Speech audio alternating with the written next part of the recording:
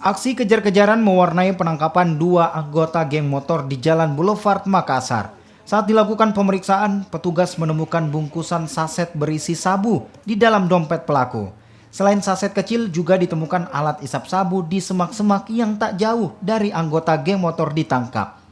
Guna kepentingan penyelidikan, keduanya dibawa ke kantor polisi bersama barang bukti sabu dan 2 unit sepeda motor untuk diproses hukum lebih lanjut.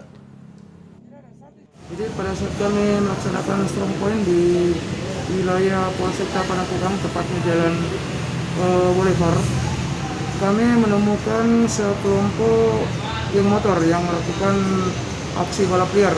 Jadi pada saat itu kami langsung melakukan penindakan.